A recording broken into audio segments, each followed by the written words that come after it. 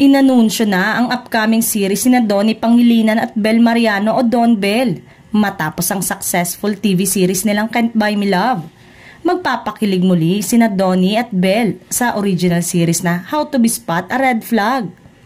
Ilan sa ipinakilalang cast ng light romantic drama sina Benji Paras, Mylene Dizon, Angel Aquino, Jameson Blake at Christian Vasquez. Ang How to Spot a Red Flag ay tungkol sa spunky barista na pag-aagawan ng dalawang lalaki na parehong involved sa catfishing.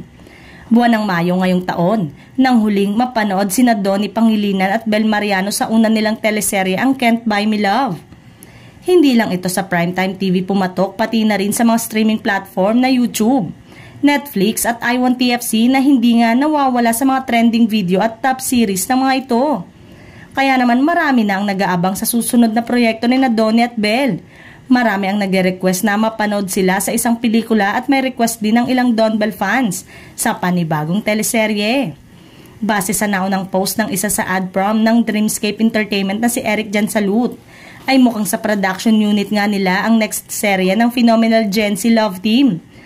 First time nga rin ang dalawa na gumawa ng proyekto sa Dreamscape pero napanood na ang dalagitang si Bel sa teleseryeng FPJM Provinciano noong 2015. Mula nga pala nang ma-launch ang Don Bel Love Team noong 2019 ay Star Cinema at Star Creative na ang humawak sa kanilang mga proyekto.